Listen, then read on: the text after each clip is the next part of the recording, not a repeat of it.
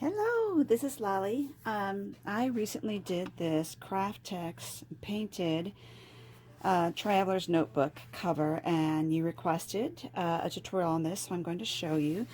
And what this is made out of, it's called Craftex with a K, Craftex. This is a thick paper that is advertised to be machine washable, ironable, and you can sew on it as well. So it really holds up well under abuse. And it's more flexible than like chipboard, for instance, and it's not as thick. But it just holds up so well as compared to cardstock. It's very durable. People have compared it to fake leather or faux leather and said that if you machine wash it and then iron it, it will feel like leather. But then I see other people saying, no, it didn't really work that well. So what we're going to do is get out some non-stick mat here. Now, I do not have a great collection of paints because they're paints that I've had for eons and eons, and I believe these are the colors that I used. So they're all different brands, Apple Barrel and Folk Art, and we've got a Coastal Blue, a Laguna Parakeet, and School Bus Yellow. And I just started off with just dabbing some color here and there. Oops, that's a lot of color there. And just spreading it around. And I was pretty consistently going just left and right, just kind of spread that out. And you see with my yellow here, I did not choose to lay down a coat of white or anything. And if I had the white Craftex, I would be using that. But I'm okay with it being this brown color, and it does show through the yellow a little, and it just kind of adds to it, so I'm okay with that. Now, I had gone from here right into the blue without even cleaning my brush, because I was just, like I said, I'm just making a background and I'm just interested in laying down some color. And the colors are going to overlap. I also was not too concerned about whether the colors were going to muddy or turn each other brown, because of the fact that this is a the color schemes go well together. I can see this is going to need a little extra. And I do have a little spray bottle here that I can kind of mist it if I need a little moisture, because some of my paints are pretty old and they tend to be a little on the dry side, and this helps to get extra life out of it.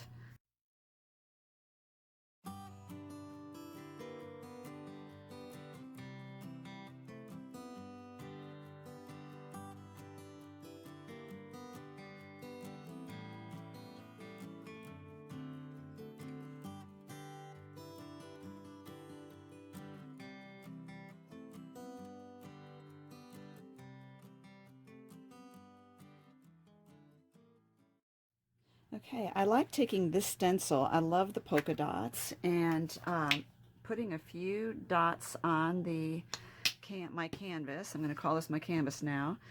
And then also using a couple of other colors. I have this very dark teal, which I don't need much of, but I also think I need a little bit of the lighter blue. I noticed in my first one I had more of the lighter blue in there than I do in this one, because they're all going to look different. So let's just try this. There we go. And then just looking at placement, so that the lighter blue goes on the darker areas. I'm going to fold my sponge up, and I'm just barely going to touch it in here and pat off the excess and aim for one of the dark areas. What you don't want is a soppy wet sponge, so that it will bleed under the stencil. You don't want that. And I'm kind of doing hit or miss. I'm holding the stencil and lifting it up to see if I'm getting good coverage, and I hope that shows up on the video. There you go. So I'm going to do that a little more with the blue, and again aiming for the dark areas, because I think it'll show up better there. But I do want them to kind of randomly be sprinkled around on the edges, in the middle. And I'm not aiming for perfection at all, and I do like going off the edge.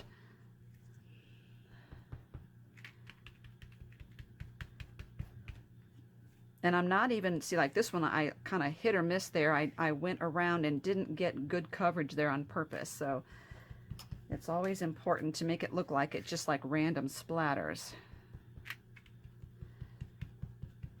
Alrighty. So any kind of texture stencil that you have would work really well for this.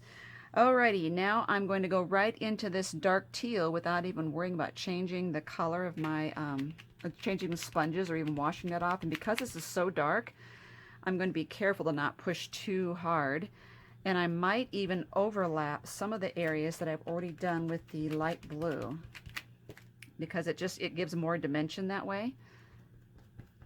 And I definitely want to hit some of this up here that has the yellow paint in it.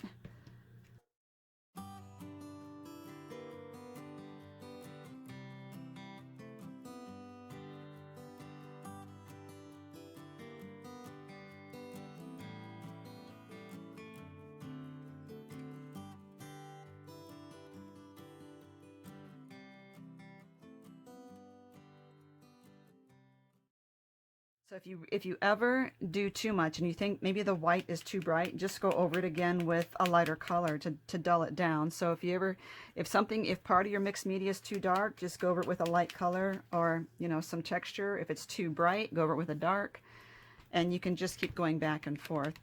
I don't want too much because I don't want it just to be a polka dot background. I just want to add dots here and there. So just a little bit right there. Okay, now if you have a pan of water, it's good to set your stencils in right away. But while I have this white paint, I want to get this word inspire across here, or inspiration, that I did on my other one. So I'll put that at a little bit of an angle. If you are working on a design, it is important too to see, you know, what part of the cover you're actually going to be seeing here, so you can kind of determine where to place your designs here. Now these words are close enough together that I could tape off this letter right here to make sure that I'm not sponging that. Well, I'll put my finger there so I remember.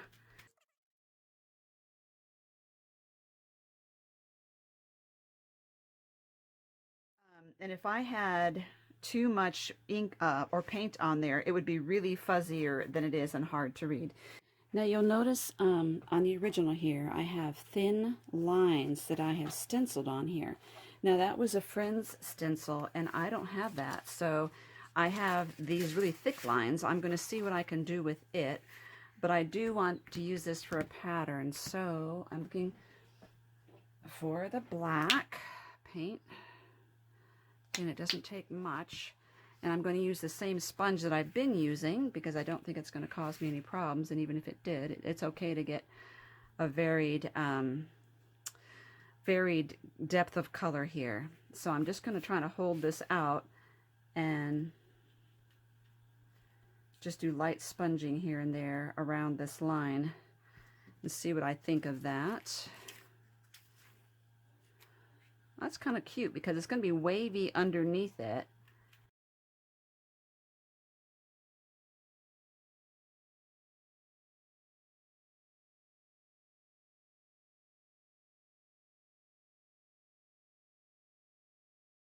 Now I'm going to do the white just like I was doing before. I'm going to use the same sponge.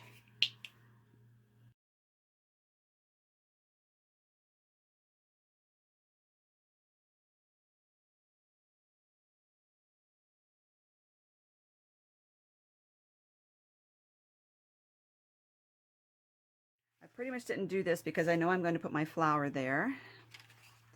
But I do remember that on the back when I put my birds, I liked having what looks like kind of ground under them. So I'm going to turn this around, go back to my black, give myself a nice solid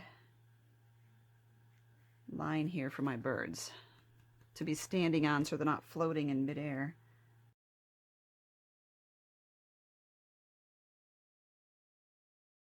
Okay, it's rinse time.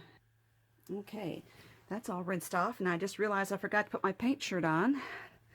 Okay, so I want to do the center of this flower first because it will help me to find my focal point there. And if you feel more comfortable about it, you can draw the circle out first.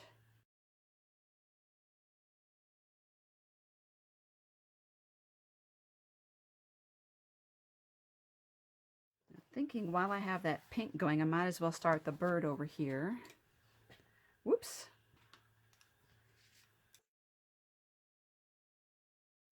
So pretty much I do a flat The top of the bird is flat, comes to a point, kind of like a teardrop, and then goes back up.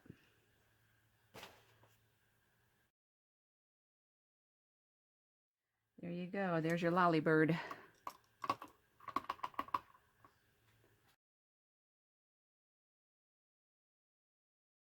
So for these petals, I pretty much just take the paint, start at the tip, and make a swirl like this, and then go around and do it on the other side and fill it in. And I move my picture around so that I'm getting good view of it.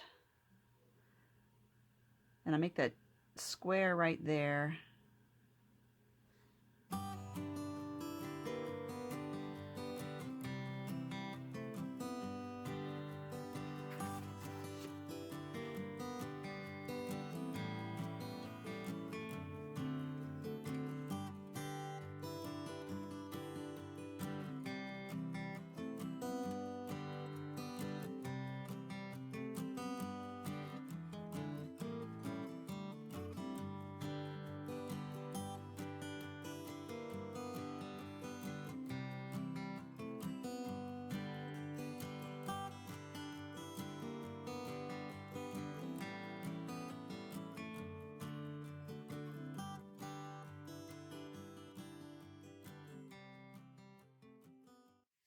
Okay, one of the things about mixed media or doing this kind of painting is to not worry about the little smudges. Like you can see where my finger got in here in the white paint, and I laid my finger down.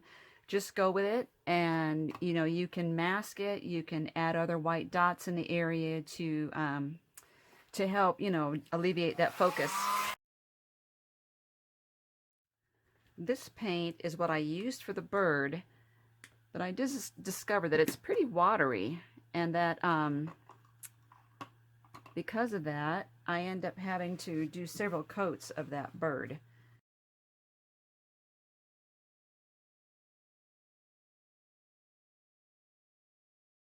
Okay, I do have some leaves that I added, and I realize it's hard to get leaves in on a project that's so full of green already.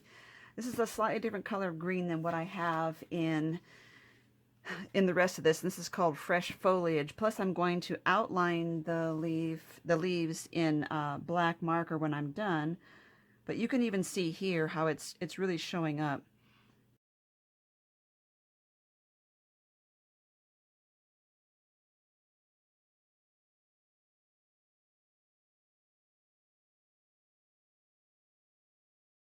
Now, while I have some of this white paint here, I also want to use the end of my paintbrush here. Let me see if I can mist this down a little.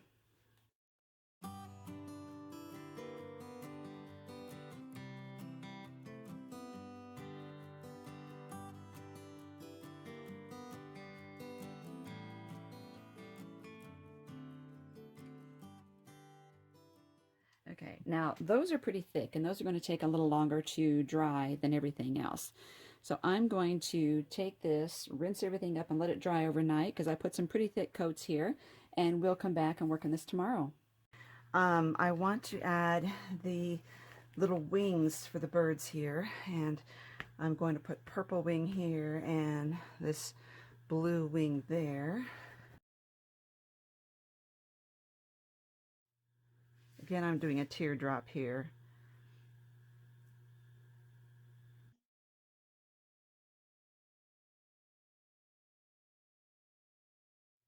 While I'm there, I need to get a really tiny brush here, and I'm going to add little tail feathers to this one, 2 little teardrops.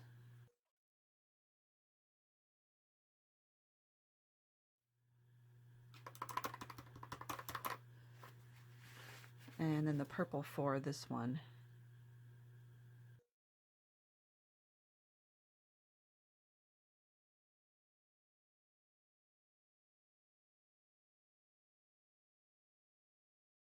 Another thing, I think I'm going to go even smaller, is I want to go ahead and put little beaks and feet on them. So I have a little bit of orange here.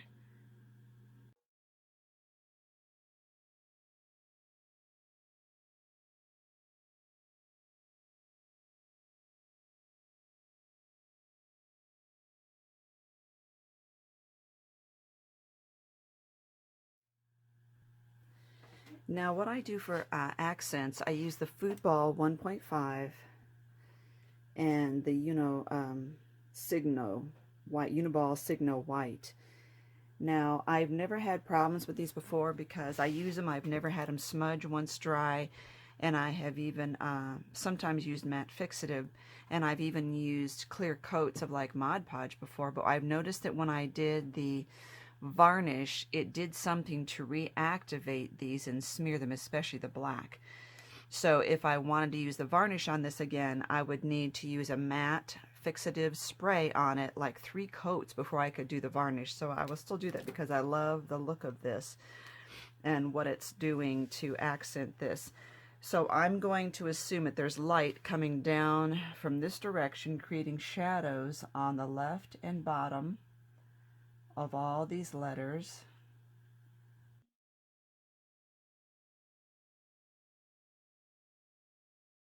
Now I have used these for eons, these Micron Pigma permanent markers, but what I find with them is the nibs are not plastic, and so as a result they get damaged and then they don't work, and it's constant battle with them.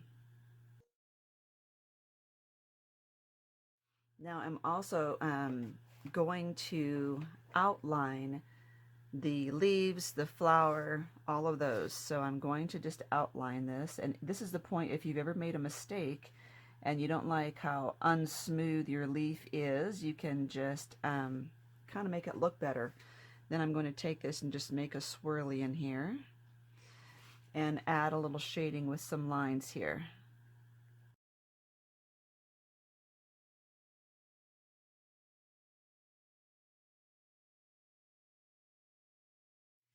Another thing I did in the original was I put 3 black dots just coming off. It's kind of like a modern, almost shading technique.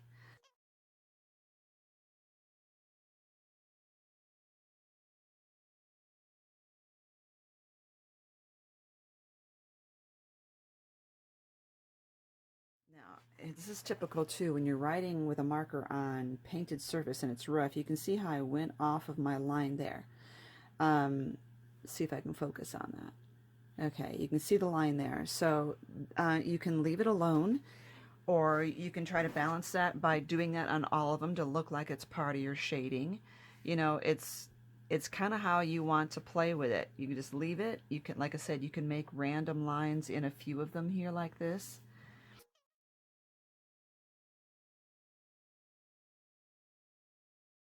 Now for the birdies, I'm going to highlight those tail feathers and outline them.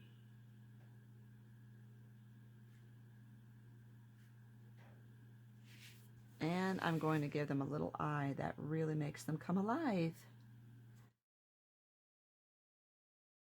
On the feet, I'm just kind of doing the shading toward the one side here.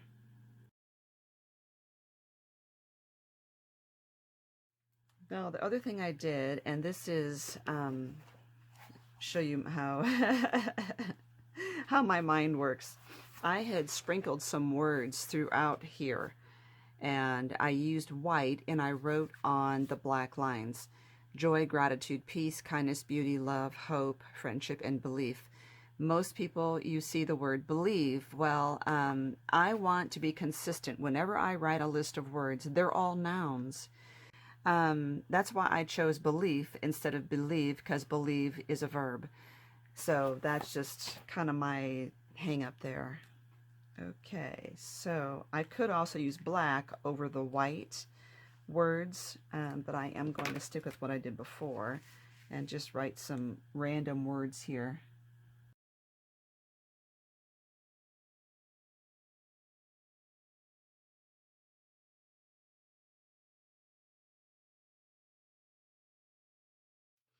And then the other thing that I tend to do is to make little dots with these in sets of 3.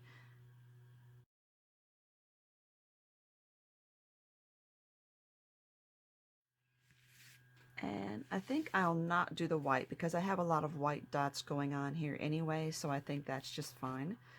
But I might even add just a couple more.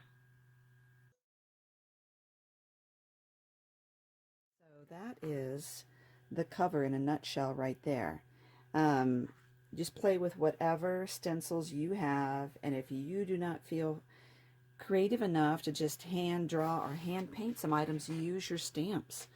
And I'll put one or two in the description below the video so you can look up waterproof ink pads. And that way they can take the paint and they can do well with that. So next thing to do would be to spray this. And I just went to the craft store and bought this. And so what you're looking for is just matte fixative spray.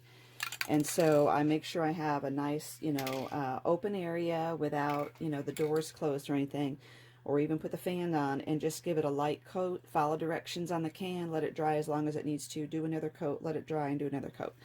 And then you can leave it at that, or you can do the varnish on it.